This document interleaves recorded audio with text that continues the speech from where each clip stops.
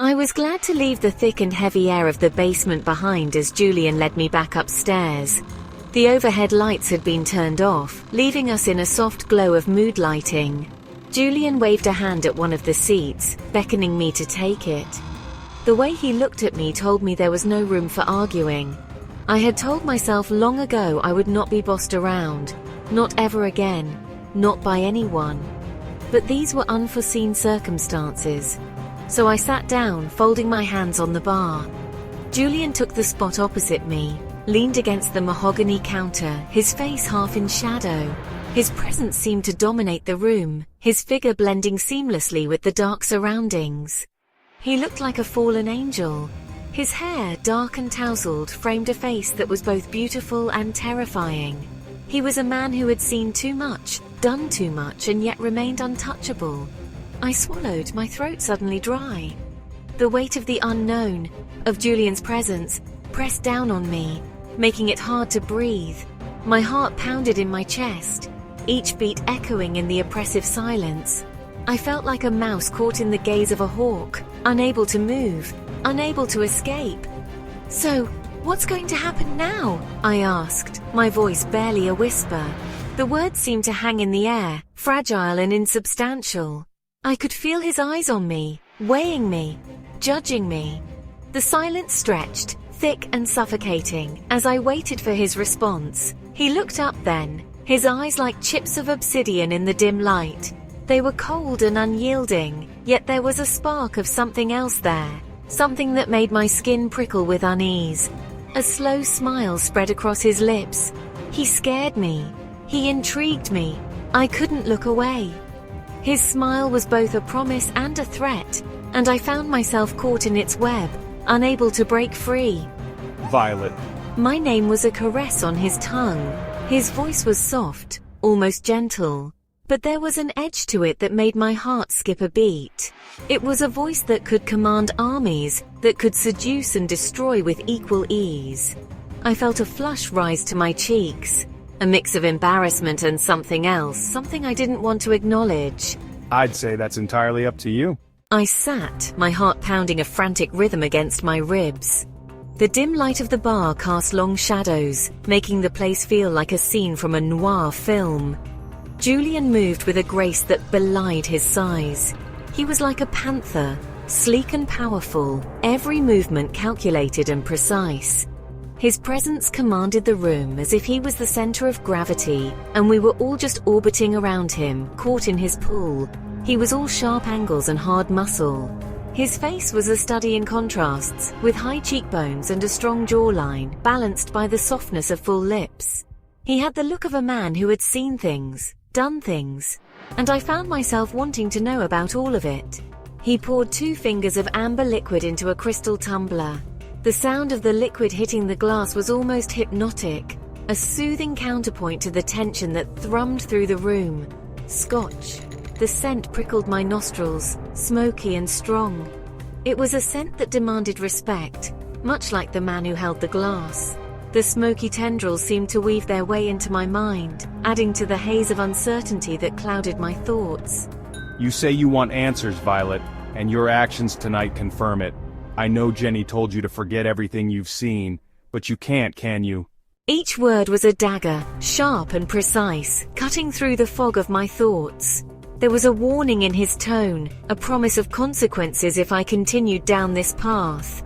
I tried to meet his gaze, but it was like looking into the sun. His eyes were a storm, swirling with emotions that I couldn't begin to decipher. Fear, anger, curiosity. They were all there, battling for dominance. I focused on the way his fingers curled around the glass, long and elegant. His were the hands of a man who was used to getting what he wanted, hands that could be gentle or cruel depending on his mood. "I'm a curious person," I said, trying to sound nonchalant.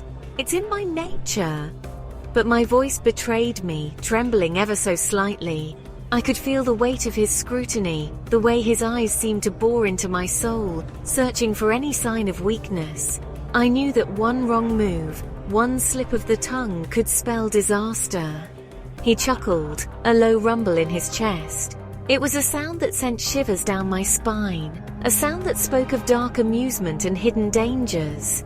It was the laugh of a man who enjoyed the game of cat and mouse we were playing. Curiosity killed the cat, Violet. His words hung in the air, a final warning that echoed in the silence that followed. I knew then that I was in over my head, that the answers I sought might come at a price I wasn't willing to pay. But it was too late to turn back now. The game had begun, and there was no escaping it. But satisfaction brought it back, I countered, my voice gaining a sliver of confidence. His lips twitched. He liked that. He took a sip of his scotch, his eyes never leaving mine. You think you're clever, don't you? I think I'm observant, I corrected. It was true. I'd always been able to see things others missed. Small details, subtle shifts in demeanor. It was how I'd survived the years before my new beginning at Crimson. A thought suddenly popped into my head, and I couldn't help but blurt it out. The room in the basement, it wasn't always empty, was it? Again, Julian seemed pleased with the question. No, it wasn't. But don't be too disappointed. If I hadn't moved everything before you executed your little plan, we wouldn't be sitting here right now, having this conversation. A thrill shot through me, a mixture of fear and something else I couldn't quite name. Excitement? Maybe. Or something more dangerous. Why? I breathed, the word escaping my lips before I could stop it. Then why are we here having this conversation? Why am I not buried in a ditch somewhere? Because, Violet, you intrigue me. His words hung in the air between us, thick with unspoken meaning. I wanted to ask him what he meant. I wanted to run screaming from the room. I wanted to stay here forever, caught in the web of his gaze. Julian finished his drink in one long swallow. He set the glass down with a decisive click. It's late, you should go home. He stood, a finality to his tone that I couldn't deny. I rose too, my legs unsteady beneath me. He walked me to the door, his hand brushing against mine. The touch sent a jolt of electricity through me. His voice was a whisper, barely audible. Be careful, Violet. Some secrets are best left buried. The next evening, the air at Crimson crackled with a nervous energy. Whispers followed me as I moved through the bar, my senses on high alert. I could feel eyes on me, nervous hidden glances. Jenny was behind the bar with me, her red hair in an intricate braid that fell down her back. I knew she had been deliberately avoiding me these past few days, but now that everything was out in the open, she gave me a kind smile. "I'm glad you're still breathing," she said quietly. "Me too," I replied, despite the dread that had started to settle in my stomach. I knew Julian wasn't done with me. I could feel it in my bones. "Just do your job, Vi," I muttered, forcing myself to remain calm. "It's not our business." But it was our business. I knew it deep down, and I had a feeling I was about to find out just how much. Just before closing, a burly man I'd never seen before approached me. His eyes were hard, his expression unreadable. "Boss wants to see you," he growled, his voice a low rumble. "Now." He didn't give me a chance to respond. He just bundled me out the back door and into a waiting car. My heart pounded against my ribs as the car sped away from Crimson, the city lights blurring into streaks of color. We arrived at an abandoned warehouse on the outskirts of town. The night was eerily quiet, the only sound being the distant hum of the city that seemed a world away. The warehouse loomed before us, a dark silhouette against the night sky, its windows shattered and walls covered in graffiti. It was a place that had long been forgotten, left to decay and rot. The air here was thick with the smell of decay and something else I couldn't place. Fear, maybe. It clung to the walls, seeped into the floor and hung in the air like a heavy fog. Every step we took kicked up dust, the particles dancing in the dim light that filtered through the broken windows. The silence was oppressive, broken only by the occasional creak of the old building settling. The man led me through a maze of corridors, the sound of our footsteps echoing in the silence. Each turn seemed to lead us deeper and deeper into the bowels of the warehouse. The walls were lined with old rusted machinery, remnants of a time when this place had been alive with activity. Finally, he stopped in front of a heavy steel door. It was old and rusted, the paint peeling away to reveal the metal beneath. The door seemed out of place, too solid and imposing for a building that was falling apart. It was as if it was guarding something that didn't want to be found. He knocked once, then pushed it open. The door creaked on its hinges, the sound echoing down the corridor like a gunshot. Beyond the door was a room, dimly lit and filled with shadows. The air was thick with the scent of ozone and something metallic, a sharp, tangy smell that made my nose wrinkle. The floor was covered in a thick layer of dust, undisturbed except for a single path that led to the center of the room. And in the center of it all stood Julian. Behind him, a staircase descended even deeper into the belly of this strange building. His voice rumbled through me. Welcome to the truth, Violet. He smiled, waving me closer. After you. His eyes swung to the staircase. On unsteady feet, I did as I was told. With each step, the hum of low, thumping music became louder and louder. It seemed the building was not nearly as abandoned as it looked. I reached the bottom, feeling Julian's presence close behind me. A lounge opened up before us. Plush sofas and ornately carved tables scattered in the large open space. Candles flickered in the low light, casting shadows on the people gathered there. Everyone was immaculately dressed, gliding around the room with their drinks or seated on the sofas tucked into corners. Julian wrapped a strong arm around my shoulders, sending an electric current through my veins. His voice was a mixture of warning and amusement. Don't stray too far from me or you might end up on the menu. What? I stammered, confused.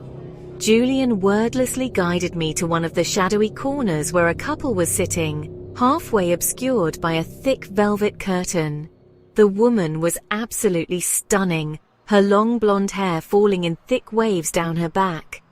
A young, pale-looking man sat next to her. They began to kiss, their bodies intertwining in a slow, deliberate dance. Uncomfortable, I began to turn my gaze.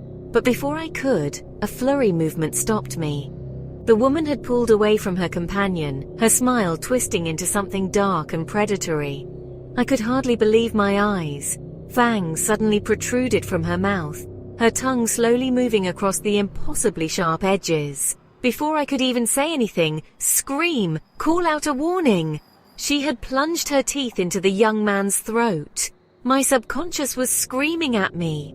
There was a war waging inside my mind. This couldn't be happening. It wasn't real. Yet I was seeing it with my very own eyes. A deep primal part of me told me to run, but it was as if my feet had been bolted to the ground. Soft sighs and moans filled the air as the blonde sucked on the young man's neck.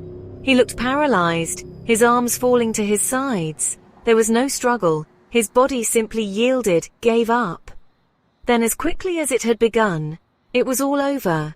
The woman pulled her mouth away, a sated smile on her lips. The man slumped sideways onto the sofa, unmoving. Julian's arm around my shoulders tightened. He dipped his head lower until his lips were almost brushing against my ear. You wanted to know. Now you do.